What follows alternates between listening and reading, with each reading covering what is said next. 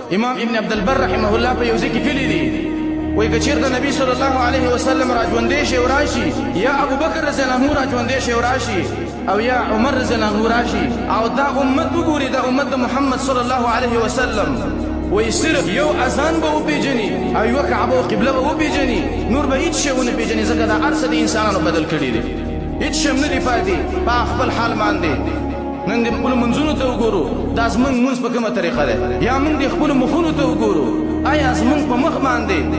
کومه ګیره چې د نبی صلی الله علیه وسلم هغه شته دی چې نبی سره موس راشي او تا ته وګوري تا به وپېژني چې دا زما امتي دی نن مسلمانان د غربیانو نه متاثره دي د هندوانو نه متاثره دي خو لیکن هېڅکله یو غربي او هندو د مسلمان نه متاثره نه شه هندو به ویني یو سټایل به کلی سماله به د مسلمان بچي ما سټایل کلی نو ولې ستا په دې ګیره کې څه نقصان دی چې ته دا ګیره په دې مخ باندې نه پرېږدې نو پکار ده چې موږ په دې خپل دین باندې عمل وکړو دا خپل دین وپېژنو د دې وجې نه ټیم چې کوم دی دا روان دی ختم دی د دې وجې نه عبدالله بن مسعود رضی الله عنه وایي چې کله به ورځ تېره شوه ده به ژړلې وایي چا ورته ویل چې ولې ژاړې وایي ورځ تېره شوه زموږ عمل پکې زیات نه شوی زه ځکه ژاړم نو نن ټیم تېر دی ټیم ختم دی دا بطور مثال دا اوس یوه بجه شوله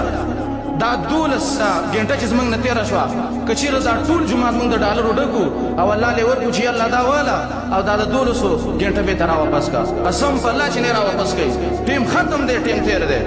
په دې کې عمل وکړئ ځان بچ کړئ د جهنم نه هسې تاسو به نه یادوم ځان به یاد کړمه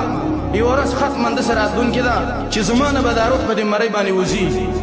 یوه ورځ ختم داسې راتلونکې ده چې ما به خلک کفن کې راتاوي یوه ورځ ختم داسې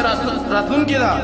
چې ما به خلک په قبر کې ږدي او خاورې به راباندې راړه نو چې داسې ورځ په ما باندې ختمن راځي په تام راځي په بلم راځي په بلم راځي ټیم تېر دی ټیم ختم دی دې ټیم نه پیدا والی کله چې دا روح دې مرۍ له راغی بیا به ډېر ارمان وکړي چې الله لږ ټیم وراله راکړي چې 2 رکعته لمونځ وکړمه بیا ټیم نه دا تیار ټیم دی منځونه وکړئ په دې کې نیک عملونه وکړئ چې سبا له بې ارمان نه کوئ د دې وجه نه حسن بصري رحمه الله به ویلې وایي ما ډېر سلف لیدلي دي ډېر صحابه مې لیدلي دي وایي د وخت به دومره اهتمام کو لکه څنګه چې تاسو د روپو اهتمام کوئ د وخت به وایي دومره اهتمام کو نن موږ روپو پسې ګرځو خو لیکن